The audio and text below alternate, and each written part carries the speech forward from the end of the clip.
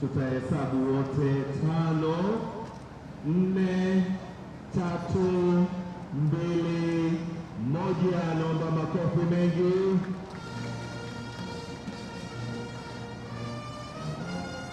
Vyombo hivi vinapokuja, basi sekta zetu zihakikishe kila wakati zina bajeti na zina akiba ya fedha ya mahitaji punde panapotokea jambo hilo, ili tuweze kuhakikisha kwamba vitendea kazi hivi havikwamishwi na mahitaji mengine ya kifedha ambayo yanahitaji ukamilishwaji wa utekelezaji wa majukumu kwa kutumia vitendea kazi hivi.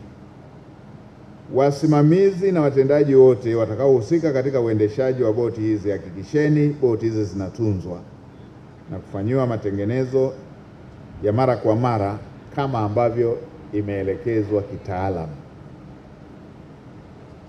Tuna maeneo mengi tunapata vifaa vizuri, lakini tunapata changamoto ya kuvitunza. Kasi hii ambayo tumeelezewa hapa, hizi ni boti za kisasa za mwendo kasi. Sasa ili zisigeuke hatari, lazima ziwe kwenye uangalizi, zikiwa zimetunzwa na zikiwa zinafanywa matengenezo kama maelekezo ya kitaalamu yanavyotaka. Mradi huu unahisaniwa na serikali ya watu wa Japan kupitia shirika la maendeleo la Umoja wa Mataifa kanda ya Tanzania kwa gharama ya dola za Kimarekani milioni 2,214,324. Mradi huu umetekelezwa kwa kipindi cha mwaka mmoja kuanzia Machi 2025 hadi Machi 2026 na unahusisha mambo muhimu yafuatayo: 1. Ununuzi wa boti 2 za doria. 2. Mafunzo ya kuwajengea uwezo vikundi vya wakulima wa zao la mwani. Na 3.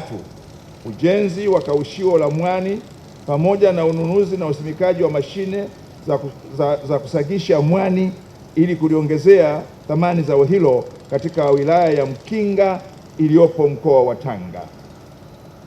Mheshimiwa Waziri Mkuu, lengo la mradi huu ni kuimarisha uchunguzi na kukabiliana na uhalifu katika mwambao wa pwani ya Tanzania kufuatia mzozo wa hivi karibuni unaoendelea katika Bahari Nyekundu kwa kuongezeka mashambulizi ya wanamgambo wa Houthi. Mzozo huo unatatiza njia za meli na kusababisha kuongezeka kwa gharama za usafirishaji.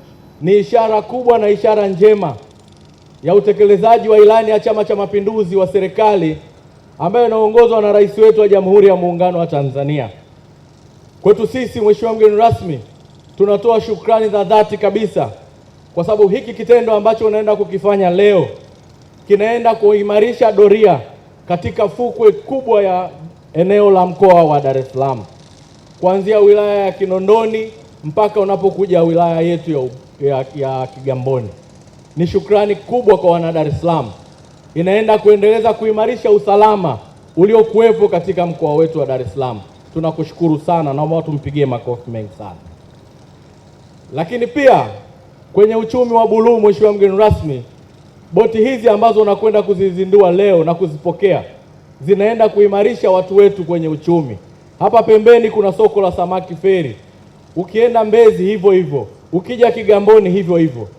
Tunaenda kuhakikisha watu wetu wanaimarika kiuchumi, kwa sababu hata ule uvuvi haramu, na bahati nzuri waziri mwenye dhamana leo yupo,